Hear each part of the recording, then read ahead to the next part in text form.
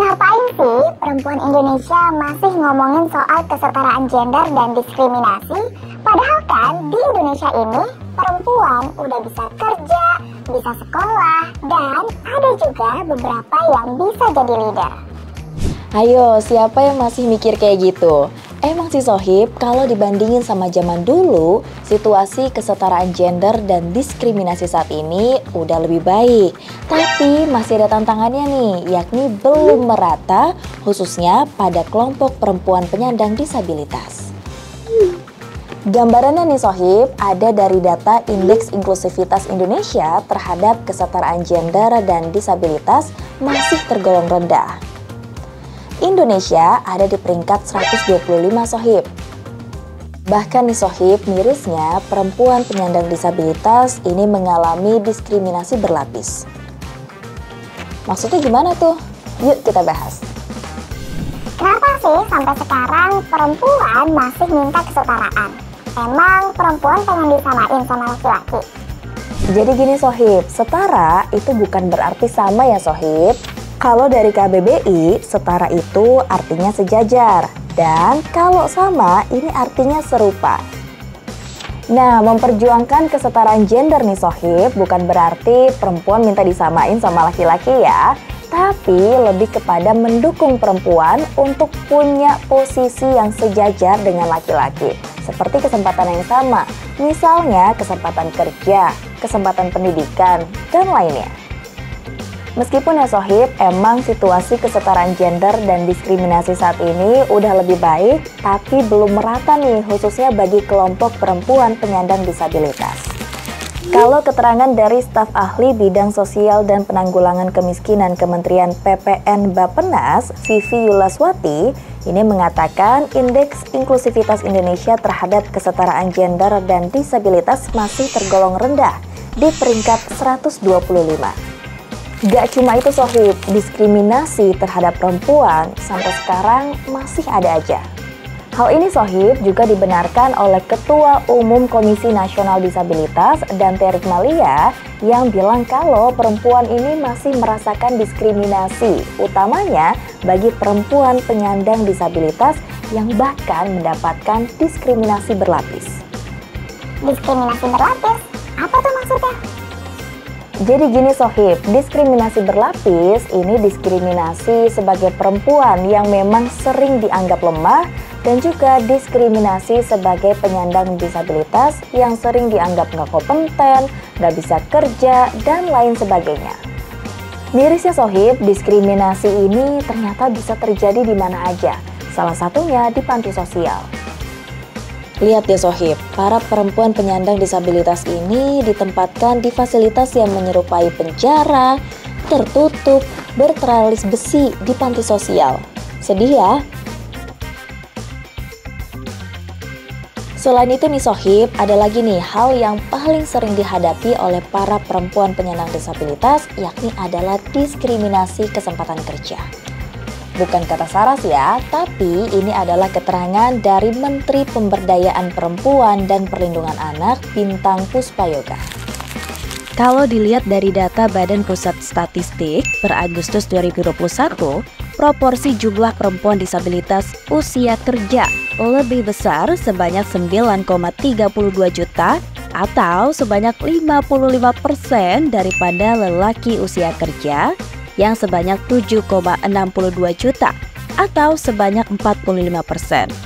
Tapi masalahnya nih Sohib, yang kerja cuma 7,4 juta. Sisanya pengangguran terbuka. Perempuan disabilitas yang masuk dunia kerja ini lebih dikit Sohib, yakni sebanyak 3,1 juta orang atau 42,7%. Sementara laki-laki sebanyak 57% atau sekitar 4,29 juta orang.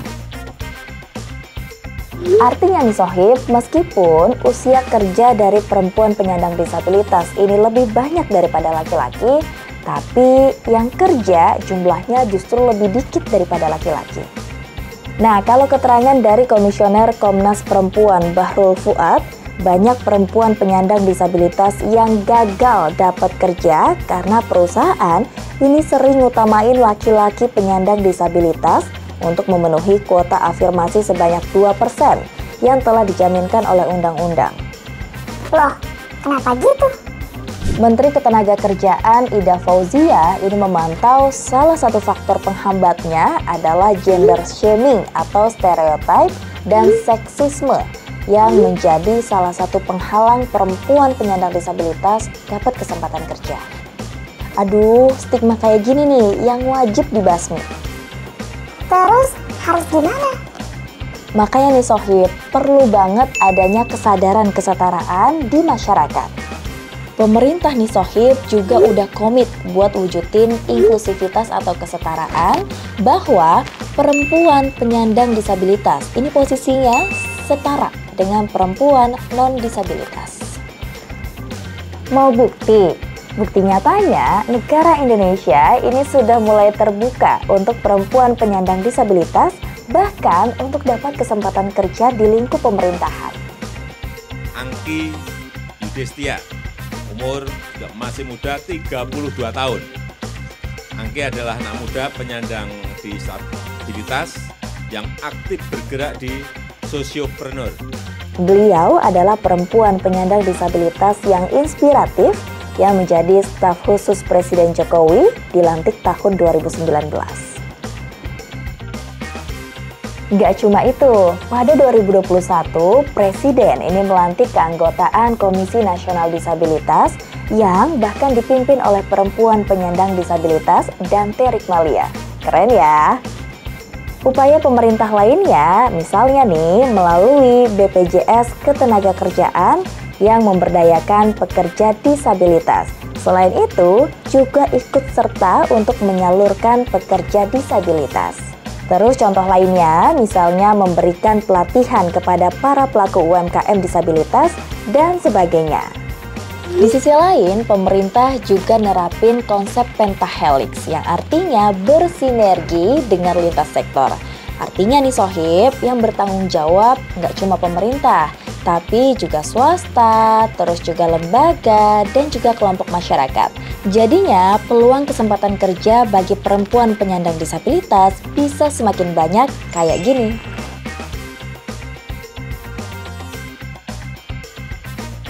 Memang berdasarkan peraturan pemerintah nomor 70 tahun 2019, pembangunan harus melibatkan disabilitas sebagai kelompok rentan.